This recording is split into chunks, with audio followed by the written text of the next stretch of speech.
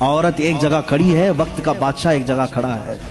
عورت نے کہا میرے بچے کو ان کے تیر سے موت ہو گئی۔ بادشاہ شکار کر رہا تھا، چوک کے تیر لگ گیا۔ بادشاہ نے کہا ہاں میرا تیر لگا تو ہے، گواہ بھی ہیں، سپاہی بھی گواہ ہیں، عورت بھی گواہ ہے۔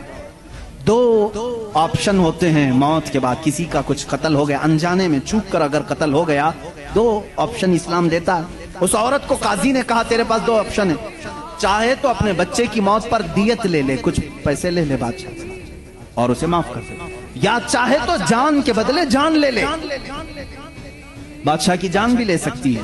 قاضی نے فیصلہ سنا تھا، یہ نہیں کہ بادشاہ کو چھوڑ دینا ہے، دونوں آپشن عورت کے اوپر۔ وہ عورت نے جب دیکھا کہ عدل کا یہ پیکر اسلامی نظام ہے، بادشاہ کے تیر لگا ہے اور قاضی صحیح فیصلہ دے رہا ہے، اس عورت نے کہا اگر یہ قاضی آج اس طرح کا صحیح فیصلہ دے رہا ہے تو اس طرح کے بادشاہ کی وجہ سے ہی، بادشاہ ایسا ہوگا اسی لیے قاضی ایسا ہے۔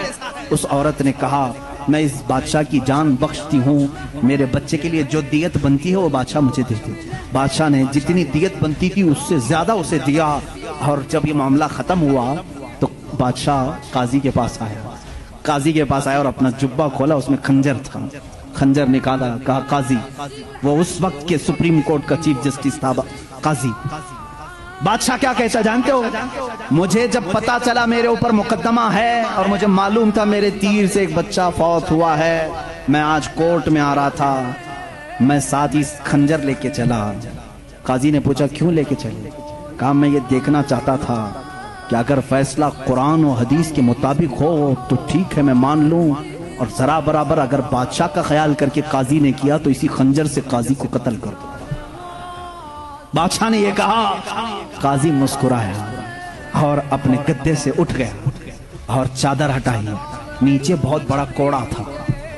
کہا بادشاہ تمہیں معلوم ہے میں آج پہلی مرتبہ اس کرسی پر آنے کے بعد، اس گدے پہ آنے کے وقت کوڑا نیچے لے کر بیٹھا ہوں۔ کہا کیوں؟ کہا میں نے اسی وقت طے کر لیا کہ بادشاہ کو کٹہرے میں کھڑا کروں گا اور فیصلہ قرآن و حدیث کے مطابق سناؤں گا، اگر بادشاہ مان لیا تو ٹھیک، ورنہ میں اس کوڑے سے اسے منواؤں گا۔ یہ نظام اسلام تھا، یہ عدل کے تقاضے تھے۔ وہ عمر ابن خطاب کے دور کے بھی سنہرے واقعات اسلام نے ہمیں ہر جگہ سکھائے ہیں۔